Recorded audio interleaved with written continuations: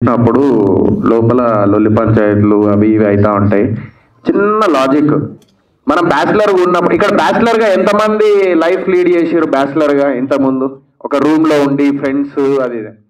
ఒక గిన్నె దోమకపోతేనే అరే ఆడు చూసినా, అరే గిన్నె దోమలేడాడు ఈరోజు ఆడు దోమాలరా అని చెప్పేసి ప్లేట్లు పట్టుకొని కొట్లాడుకుంటారు ఫ్రెండ్సే ఒక 1 month నందుకు. అలాంటిది బిగ్ బాస్ హౌస్లో 105 days ఉండి డెఫినెట్లీ ఒకరి మీద ఒకరు ఖచ్చితంగా ఇలాంటివి అవుతుండే. బట్ బయటికి వచ్చిన తర్వాత అందరం కలిసే ఉంటాం. ఇందాక చెప్పినట్టు బయటికి రాగానే అందరూ లైక్ పోరాళ్ళందరూ కార్లు వల్ల కొట్టడాలు అవన్నీ చేసిర్రు. కానీ మీరు ఒకటి గుర్తుపెట్టుకోండి, రేపు వాళ్ళందరూ కలిసి మంచిగానే ఉంటారు. మళ్ళా మేమందరం లోపల ఎన్ని పంచాయతీలు పెట్టుకున్నా మళ్ళీ బయట అందరం ఫ్రెండ్స్ అయినాం.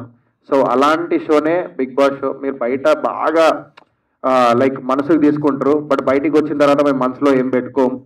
సో లాస్ట్కి ఎవరైతే అంత పర్సనల్గా తీసుకొని పలగొట్టిర్రో మీరే ఫూల్స్ అవుతారు చూడుర్రి ముందు ముందు.